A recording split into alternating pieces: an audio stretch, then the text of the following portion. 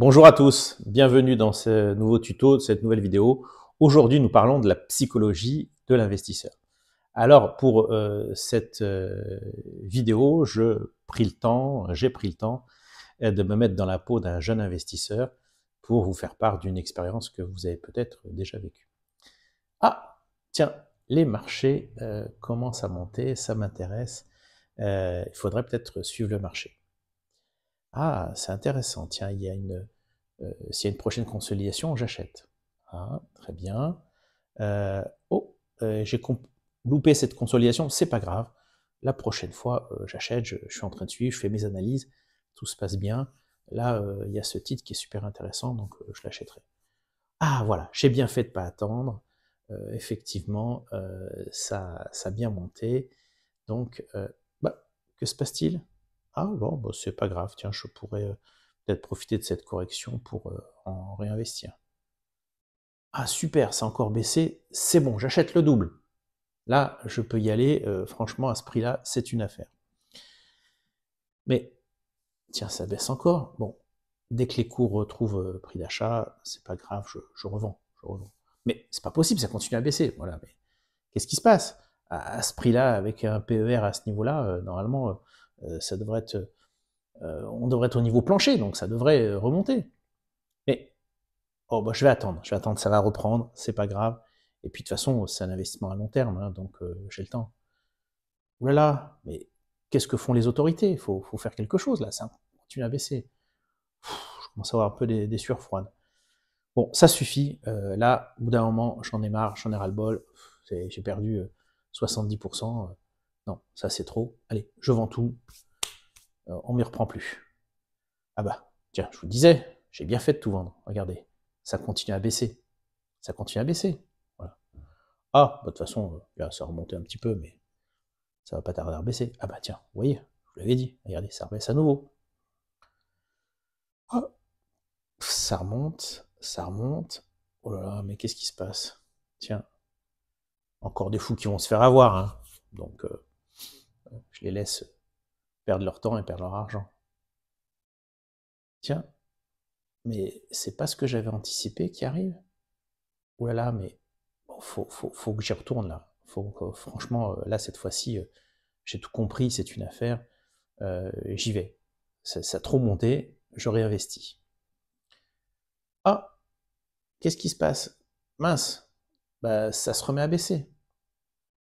Voilà, je vous ai résumé en quelques émotions ce qui se passe dans la tête d'un jeune investisseur, d'un jeune boursicoteur qui malheureusement a tendance à acheter dans un mouvement de foule quand les cours sont hauts et à vendre quand les cours sont très bas, quand on nous annonce une nouvelle guerre ou une nouvelle crise majeure qu'on n'a jamais vue dans notre siècle.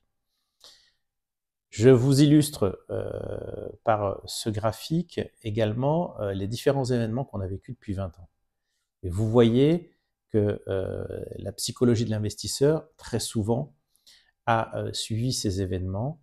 Et donc, la bulle Internet de 2000, c'est l'époque où beaucoup d'investisseurs ont cru dans les nouvelles technologies, ont investi massivement, mais se sont retrouvés plumés en 2003. En 2007-2008, même chose avec la faillite de Lehman Brothers et donc la crise des subprimes aux États-Unis. Et malgré tout, vous voyez qu'au fur et à mesure de l'histoire, les cours sont toujours remontés et continuera à monter puisque l'économie avance, les entreprises font des bénéfices, les entreprises effectivement qui ne sont pas bénéficiaires, eh bien meurent, mais les entreprises grossissent aussi et se développent, et on rentrera dans les détails des différents indices, je vous expliquerai tout ça une prochaine fois. Quoi qu'il en soit, aujourd'hui, on parle de profil d'investisseur, on parle de psychologie de l'investisseur. Et notre réglementation nous impose de connaître votre profil psychologique en tant qu'investisseur. Alors, ce qui est intéressant, c'est d'aborder ce sujet d'un côté positif. Quel objectif vous visez en termes de rentabilité, quelle durée vous avez devant vous et quelle performance vous attendez. En fonction de ça, on va étudier quel risque vous êtes prêt à prendre. Et donc le risque n'est pas à mettre premièrement dans votre principal critère, puisque très souvent on raisonne par la négative, et à force de se faire peur, on ne fait rien. D'accord ? Moi je vous propose très simplement de vous fixer des objectifs de rentabilité, de performance, de durée, et en fonction des objectifs, de mettre ça en parallèle avec les différentes classes d'actifs et de vous montrer comment on peut faire de la performance, bien sûr en acceptant une certaine part de risque. Mais aujourd'hui, il faut bien comprendre que la performance n'est pas exempte de risque, et donc si on veut une très forte performance, il faut accepter une très forte volatilité.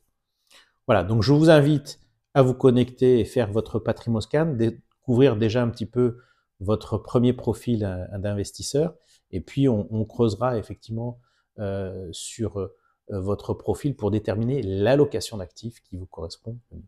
Je vous dis à très bientôt, bonne fin de journée, au revoir.